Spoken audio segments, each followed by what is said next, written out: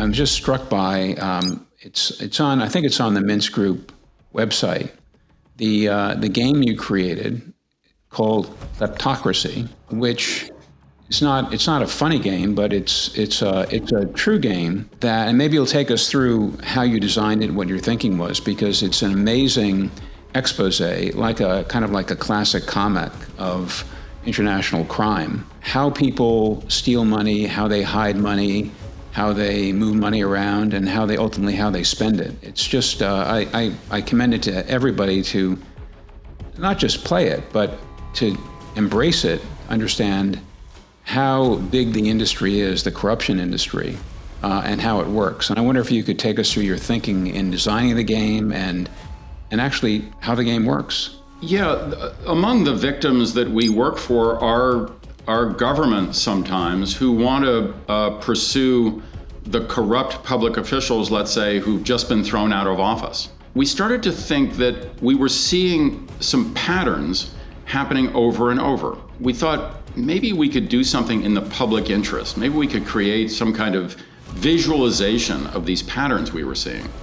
So the first thing we did is we decided that we would try to gather together all the examples we could find of the mechanics of how these corrupt officials had hidden the money that they stole, and also how they got caught. So we found about 35 cases like that. There is a lot of data out there. For example, the World Bank has something called the STAR database, where they put on the record, they gather for you all sorts of hearings and indictments and other material that take you into the details of how people hid their dirty money. We put all those 35 examples into a kind of blender and let them spin out what the pattern was. And we found that there are 5 stages of hiding dirty money, and that just every one of these 35 examples fit into that pattern.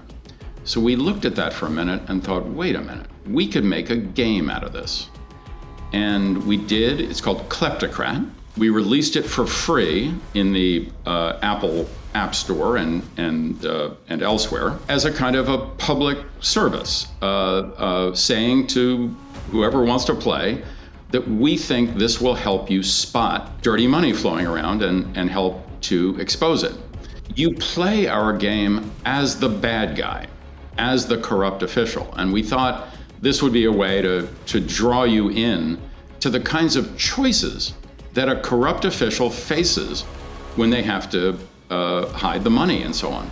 And there are risks and rewards that once we get you to think like the bad guy, and by the way, all 35 of these were guys, that they face in doing this. For example, every single one of them involved family members and friends and professionals in hiding the money. Well, those people, under certain circumstances, will turn on the wealthy corrupt official and sometimes steal the money themselves or blow the whistle. In many cases, the millions of dollars that might be, or sometimes hundreds of millions, flowing through the hands of a fiduciary or somebody who's called upon to sign as a trustee of some Panamanian company, or some cousin who's told to take the gold bars through the airport. Not kidding. Sometimes those folks are making, bupkis here. They're being paid a sort of a wage, but they're aware that all of this is enriching their